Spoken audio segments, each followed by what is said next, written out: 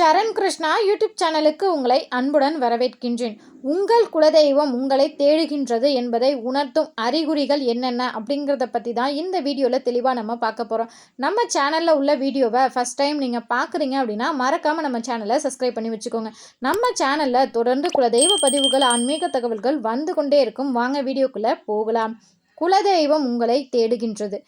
எப்படி நம்ம தெய்வம் நம்மளை தேடுமா? கண்டிப்பாக தேடும். ஒவ்வொரு குலதெய்வத்திற்கும் அந்த குலமக்கள் தான் குழந்தைங்க. அவங்க நம்மளை வந்து பார்க்கணும். குலதெய்வம் உங்கள் வீட்டுக்கு வரும். உங்களுக்கு அதுவும் ஒரு ஆபத்து அப்படின்னா நம்ம கூப்பிடாமலே வரக்கூடிய ஒரு உயிர் தெய்வம்னா அது குலதெய்வம் தான். இருந்தாலும் அந்த தெய்வம் உங்களை தேடும். நம்ம பிள்ளை நம்மளை வந்து பார்க்கணும், நமக்கு ஒரு சேலை வாங்கி உடுத்தி பார்க்கணும், நம்ம பிள்ளை கையால் நம்ம பொங்கல் படைகள் சாப்பிடணும்னு அந்த தெய்வம் கட்டாயம் தேடும். அப்படி தேடுகின்றது அப்படின்னா ஒரு சில அறிகுறியை உங்களுக்கு தொடர்ந்து காமிச்சிக்கிட்டே இருக்கும். எந்த தெய்வத்திடம் இல்லாத ஒரு சிறப்பு குலதெய்வத்திடம் கட்டாயம் இருக்குது. அது என்ன அப்படின்னு பார்த்தீங்கன்னா, உங்கள் வீட்டில் இறந்த முன்னோர்கள் உங்கள் குலதெய்வம் ரூபத்தில் உங்கள் கனவுல வருவாங்க. எந்த ஒரு கடவுளையும் நீங்கள் வணங்கும் போது இறந்த முன்னோர்கள் வந்தாங்க அப்படின்னா அதுக்கு நிறைய பலன்கள் இருக்குது. அவங்க வந்து திதி கேட்குறாங்க, அவங்க உங்கள் கையால் சாப்பாடு கேட்குறாங்க அப்படிங்கிற அர்த்தத்துலேயும் வரும். ஆனால் உங்கள் குலதெய்வம் உங்கள் முன்னோர்களின் சாயலில் உங்கள் கனவுல வரும். ஏன்னா முன்னோர்கள் அப்படிங்கிறது குலதெய்வத்தின் மூத்த குழந்தைகள். அவர்களின் சாயல்ல அவர்கள் எப்படி வருவார்கள் பார்த்தீங்கன்னா மங்களகரமாக வருவார்கள். எப்படி உங்கள் குலதெய்வம் எப்படி மங்களகரமாக இருக்கின்றதோ அதே போல உங்கள் முன்னோர்கள் நல்ல மங்களகரமாக உங்கள் கனவுல வந்து ஒரு மங்கள பொருட்கள் உங்கள் கையில் கொடுக்கறதாக இருக்கட்டும், அல்லது இல்லை உங்கள் கையால் அவங்க வந்து சாப்பாடு வாங்கி சாப்பிட்ற மாதிரி இது போன்ற கனவுகள்லாம் வருது அப்படின்னா நீங்கள் கட்டாயம் தெரிஞ்சுக்கோங்க, உங்கள் குலதெய்வம் உங்களை தேடுகின்றது. இரண்டாவது அறிகுறி என்ன அப்படின்னு பார்த்தீங்கன்னா, ஒரு சிலருக்கு நாள்பட்ட குலதெய்வ கோவிலுக்கு செல்கிற வழிபாட்டில் தடைகள் வந்து கொண்டே இருக்கும். குலதெய்வ கோயிலுக்கே நாங்கள் போகணும்னு நினச்சேங்க, 4-5 வருஷமாக போக முடியல, ஏதோ வேலை விஷயமா விட்டுட்டோம். ஆனால் திடீர்னு இப்போ குலதெய்வ கோயிலுக்கு போகணும்னு தோணுது அப்படின்னு நினைக்கும் போதும் குலதெய்வம் சார்ந்த விஷயங்கள் யாராவது சொல்லுவாங்க, நீ குலதெய்வ கோயிலுக்கு போயிட்டு வா அப்படின்னு. ஆனால் சொன்ன அடுத்த நிமிஷத்திலிருந்து உங்கள் வாழ்க்கையில் இருந்த பிரச்சனைகளாக இருக்கட்டும், ஒரு மனக்குழப்பமாக இருக்கட்டும், அதெல்லாம் தெளிந்து ஒரு நல்ல நிலைக்கு ஒரு மன திருப்தியோடு அந்த எல்லைக்கு செல்லக்கூடிய ஒரு வாய்ப்பு அமைந்தது அப்படின்னா, நீ என்னை பார்க்க வர, நீ சந்தோஷமாக வா அப்படிங்கிறத உங்கள் குலதெய்வம் உணர்த்துகின்றது. மூன்றாவது அறிகுறி என்ன அப்படின்னு பார்த்தீங்கன்னா, மற்ற கோவில்களுக்கு செல்லும் போதும் உங்கள் குலதெய்வத்தின் ஞாபகங்கள் வந்து கொண்டே இருக்கும். நம்ம அந்த ஒரு மற்ற கோயிலுக்கெல்லாம் போனோம்னா என்ன பண்ணுவோம், அங்கே உள்ள இஷ்ட தெய்வங்களை நம்ம வணங்குவோம். அங்கே உள்ள கோவில் முறைப்படி நம்ம சாமி கும்பிட்டுட்டு வருவோம். நம்மளுடைய குறைகள் நிறைகள் அனைத்தையுமே அந்த தெய்வத்திடம் ஒப்படைச்சிட்டு வருவோம். இந்த எண்ணங்கள் மட்டும்தான் இருக்கும்.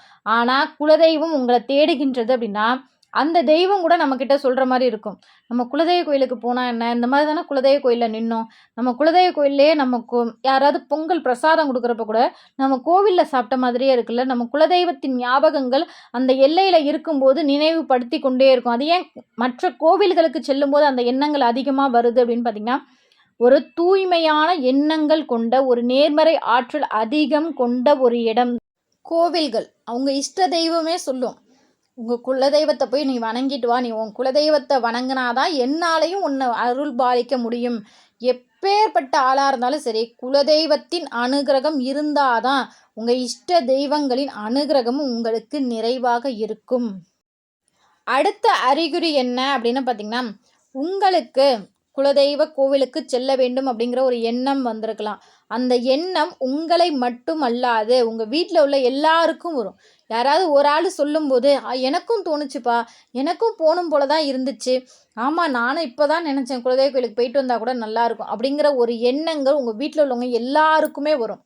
அது யாருமே உட்கார்ந்து பேசி முடிவெடுக்கிறது இல்லை. ஆனால் எல்லாரோட எண்ணங்களும் ஒரே தானதாக இருக்கும். குலதெய்வ கோயிலுக்கு போகணும் அப்படிங்கிற எண்ணங்கள் ஒரே மனதாக அனைவருக்கும் இருந்துச்சு அப்படின்னா குலதெய்வம் கட்டாயம் உங்களை தேடுகின்றது.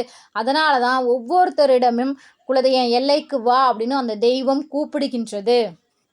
இது போன்ற அறிகுறிகள்லாம் உங்களுக்கும் நடந்திருக்கு அப்படின்னா மறக்காமல் எங்களோட கமெண்ட் செக்ஷனில் ஷேர் பண்ணிக்கோங்க. அல்லது ஓம் குலதெய்வம் துணை அப்படிங்கிற கமெண்ட்ஸை மறக்காமல் எங்களோட கமெண்ட் செக்ஷனில் ஷேர் பண்ணிக்கோங்க. ஐந்தாவது அறிகுறி என்ன அப்படின்னு பார்த்தீங்கன்னா, இப்போ குலதெய்வ கோயிலுக்கு போகிற எண்ணம்லாம் வந்துருச்சுங்க, ஆனால் பணம் இல்லை, பொருளாதாரம் உடனே வந்துருமா? ஏன்னா ஒரு சிலருக்கு தான் குலதெய்வ கோவில் பக்கத்தில் இருக்கும், ஒரு சிலருக்கு 5-6 கிலோமீட்டர் தாண்டி போகணும், ஒரு சிலருக்கு ஒரு நாள் ஃபுல்லாக ட்ராவல் பண்ணால் தான் குலதெய்வ கோயிலுக்கே போக முடியும், அந்த அளவுக்கு இருக்கும். அப்படி இருக்கும்போது அந்த பணம் எங்கேயோ யாருக்கோ கொடுத்த பணமாக இருக்கும், நமக்கு வரவே வராதுன்னு நினச்ச பணம் திடீர்னு கைக்கு வரும். திடீர்னு வியாபாரம் ரொம்பவே சிறப்பாக இருக்கும். கண்டிப்பாக உங்கள் கையில் காசு இருக்கும். அடுத்தவங்க கையில் போய் கடன் வாங்கணும் அப்படிங்கிற சூழலில் குலதெய்வம் வைக்கவே வைக்காது. கடன் வாங்கி குலதெய்வ கோயிலுக்கு போவதும் அந்த சூழலையும் அந்த தெய்வம் நம்மளை வைக்காது. தெய்வம் நம்மளை எதிர்பார்க்கின்றது, தெய்வம் உங்களை தேடுகின்றது அப்படின்னா அந்த தெய்வமே குலதெய்வ கோவிலுக்கு எவ்வளவு செலவாகுமோ அந்த பணம் உங்கள் கைக்கு கட்டாயம் வரும்.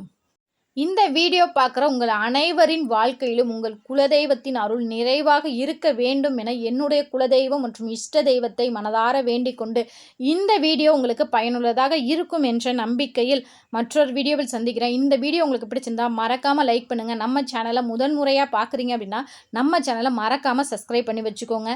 நம்ம சேனலில் தொடர்ந்து குலதெய்வ பதிவுகள், ஆன்மீக தகவல்கள் வந்து கொண்டே இருக்கும். நன்றி, வணக்கம். இது உங்கள் சரண் கிருஷ்ணா யூடியூப் சேனல். நன்றி, வணக்கம்.